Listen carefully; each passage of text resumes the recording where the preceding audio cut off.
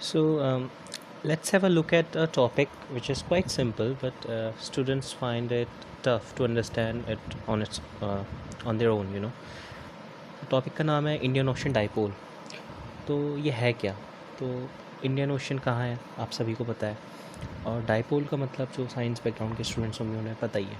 It means two poles, one positive one negative, opposite poles, basically opposite ends. सो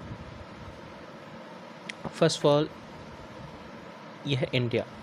तो neutral phase में या फिर positive phase में क्या होता है कि जो western side of Indian ocean है, तो यह पूरा इंडियन ओशन, तो न्यूट्रल या फिर पॉजिटिव फेज़ में जो western side of Indian ocean है इट बिकम्स वार्मर, तो ये वार्म हो जाती है, and the eastern side near Indonesia becomes colder, तो एक टाइपोल बन जाता है, and this affects the precipitation patterns.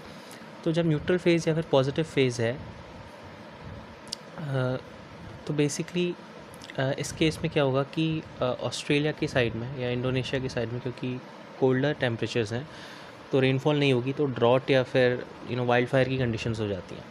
अब नेगेटिव फेज़ में क्या रहता है कि इसका रिवर्स हो जाता है।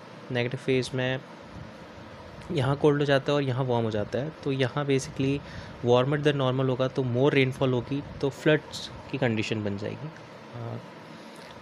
इस side basically near Madagascar and western side of India drought की कंडीशन बन जाएगी। So it does affect the precipitation over the Indian subcontinent and around it.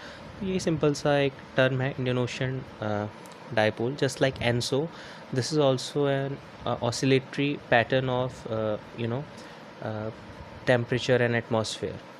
तो एक इम्पॉर्टेंट टॉपिक है जोग्राफी में। आई होप कि मैं आपको अच्छे से समझा पाया and you understood this topic.